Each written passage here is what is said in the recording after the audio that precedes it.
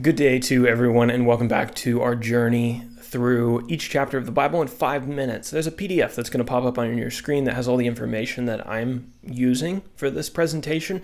You can download it for yourself and use it for a Bible class, Bible study, whatever.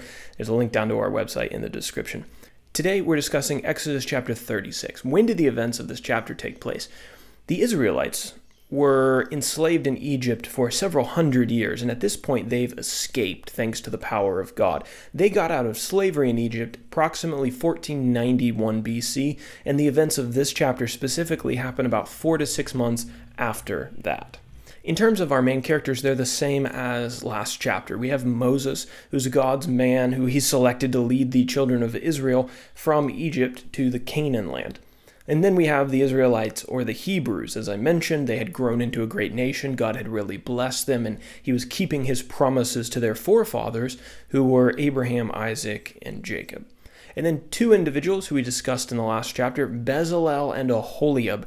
They were two men who were specifically gifted with power from God to be able to create the special items and articles and furniture that was going to go into God's holy tent known as the tabernacle, where his presence would dwell among his people. Looking down now at the map, the children of Israel left Egypt, as we mentioned. You can see that over towards the left side. They're on their way to Canaan, which you can see in the top right, but God has led them on a little bit of a detour down to Mount Sinai, which sits there kind of in the fork of the Red Sea. Now, moving on over into our outline on page number 2, verses 1 through 7, no more contributions for the tabernacle. So Moses gathered Bezalel, Aholiab, and all the craftsmen, and he commissioned them to begin work on the tabernacle. And as they were working, the children of Israel were continuing to bring their contributions for the things needed for the tabernacle. You remember Moses had invited them to do that back in Exodus chapter 35. The people were so generous that they had more than enough material, and Moses actually had to make a command for the people to stop bringing things because they didn't need anything else. We've only got 2 sections in this chapter. Verses 8 through 38 is the second section. It's a very interesting section, the construction of the tabernacle. A lot of figures, measurements, details in here, so I'm just going to read it. I'm not even going to attempt to look up at the camera because otherwise I'm going to mess something up. So, the construction of the tabernacle, verses 8 through 38. The craftsmen made the tabernacle from 10 curtains of blue, purple, and scarlet yarn. Each curtain was 28 cubits long. You remember a cubit's about 1.5 feet, about 1/2 meter. So each curtain was 28 cubits long and 4 cubits wide. The curtains were connected in the middle with 50 clasps of gold. 11 curtains of goat's hair covered the tabernacle, and each was 30 cubits by 4 cubits, and they were connected by bronze clasps instead of gold clasps. The tabernacle also included coverings of tanned animal skins. The walls were made of a series of frames, 10 cubits tall by 1.5 cubits wide.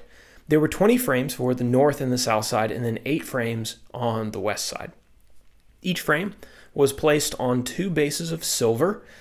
Then 5 crossbars of acacia wood ran along the walls on each side of the structure to shore it up and to keep everything tight and together and straight.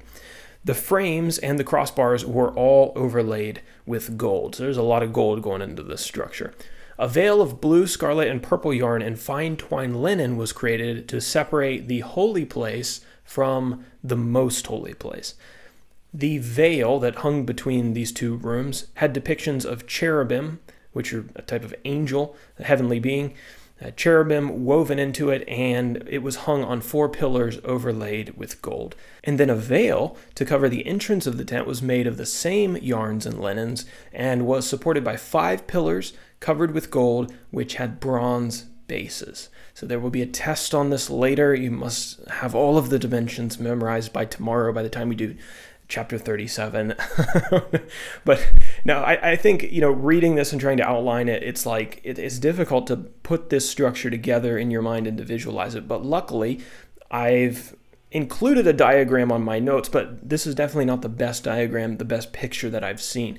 So as you'll see on the notes here, we have this is a to scale model of what this structure would have looked like.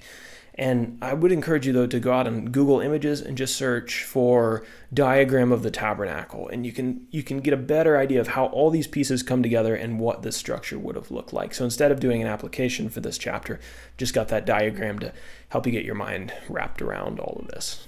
All right, Lord willing, I will see you tomorrow, and we'll talk about Exodus chapter 37.